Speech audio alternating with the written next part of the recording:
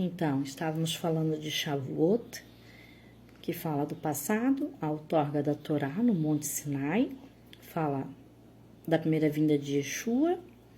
Em Atos 2, nós vemos o Espírito de Deus e todos os discípulos de Yeshua, os apóstolos inclusive também, cheios do Espírito de Deus.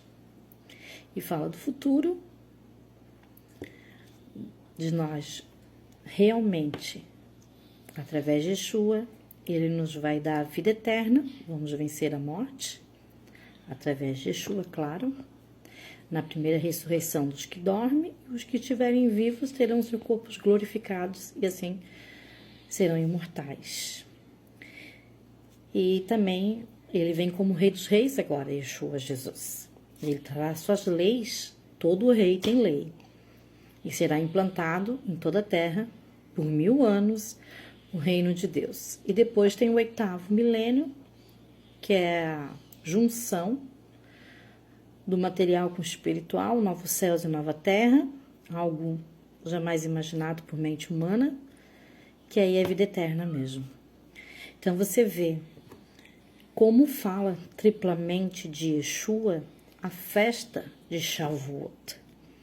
Como não celebrar o nosso Senhor Yeshua? Essa festa fala dele também. Então você vê, eu até anotei algumas coisas para não esquecer. Lá na outorga da Torá, também houve línguas de fogo, sabia? Sobre o povo. E se vê em Atos 2, línguas de fogo. Você vê que a escrita lá no Monte Sinai, que a primeira vez foi no Monte Sinai, na primeira vinda de Yeshua, veio de Sion. Sion sairá a Torá de Jerusalém, lá com os apóstolos e discípulos. Aí você vê que lá no Monte Sinai, as 10 palavras nós já vimos que fala de Yeshua. Ele é a palavra de Deus, ele é o verbo de Deus. E você vê as 10 palavras escritas em quê? Em pedras.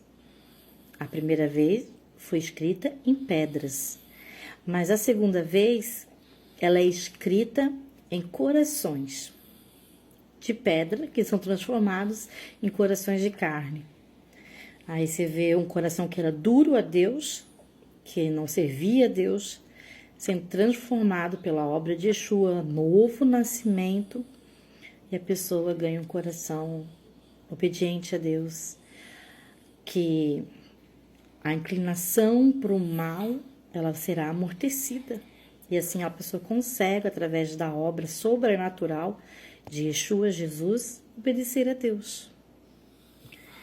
Você vê também que na outorga da Torá, que Shavuot fala disso também, haviam judeus e não judeus. Havia judeus e gentios, não havia só o povo de Israel lá no Monte Sinai, ouvindo, sendo ensinado as 10 palavras por Moisés, anciões e anciões ao povo.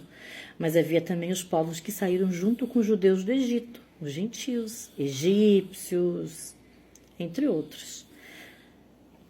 Você também vê a comida preparada em Shavuot à base de leite, e pai é como a mãe que amamenta. Deus é Deus que amamenta, que instrui, que ensina. Nós vemos Jesus, Yeshua, ensinando o seu povo, Israel. E até mesmo os gentios, que eram poucos, mas escutavam, como os romanos, Yeshua pregando e ensinando.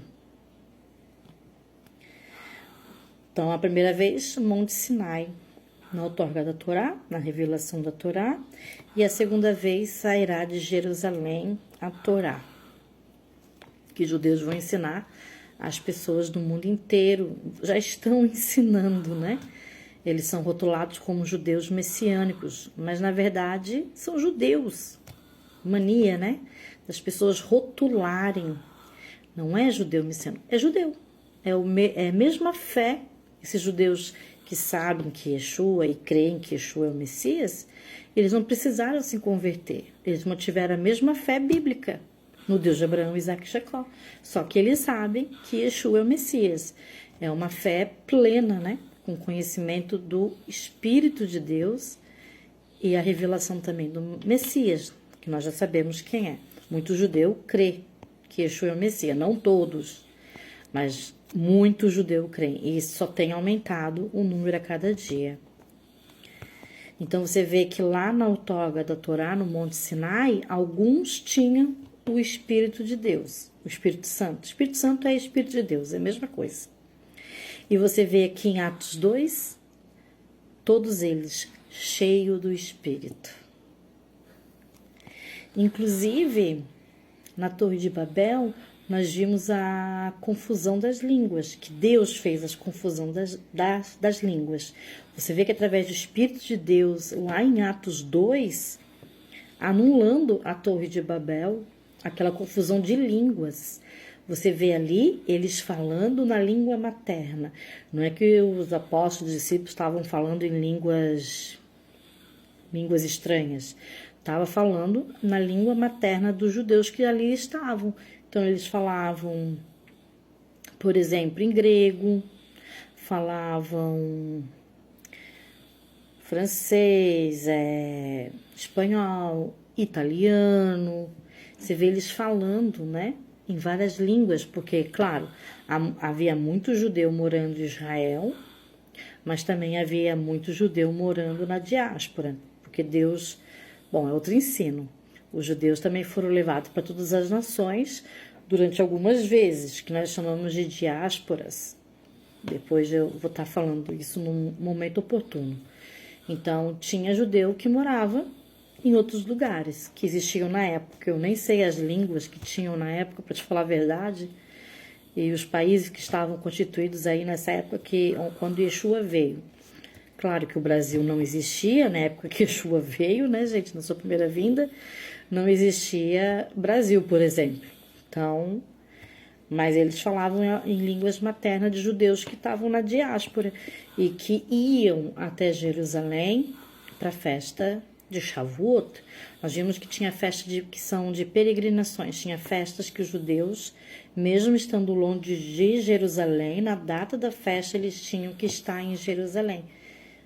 Então eles iam, né, de todos os povos, os judeus que estavam sobre o mundo, e iam até Jerusalém para praticar e celebrar as festas junto com seus irmãos judeus.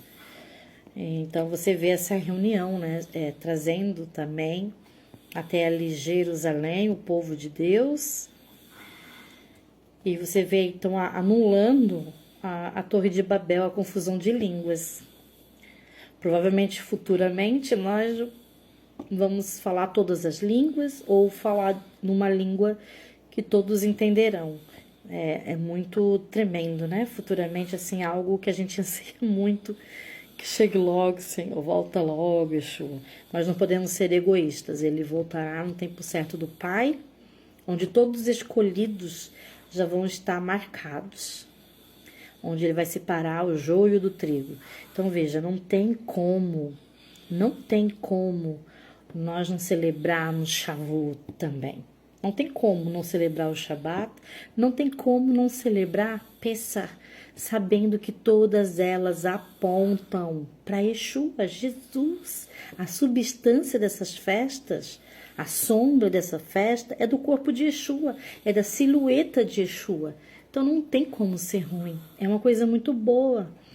Claro que a pessoa que não tem esse entendimento, ok, mas depois que nós temos esse entendimento, nós passamos sim a celebrar as festas de Levítico 23. Vamos ver em outros vídeos a continuação de Levítico 23.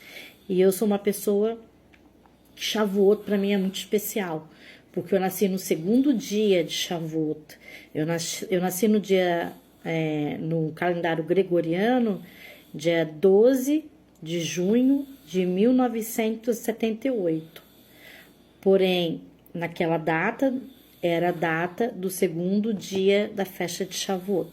Então, para mim, é uma festa mais que especial. É o dia que o Senhor escolheu para me trazer ao mundo. E eu sou grata pela vida que Ele me deu e por essa festa também.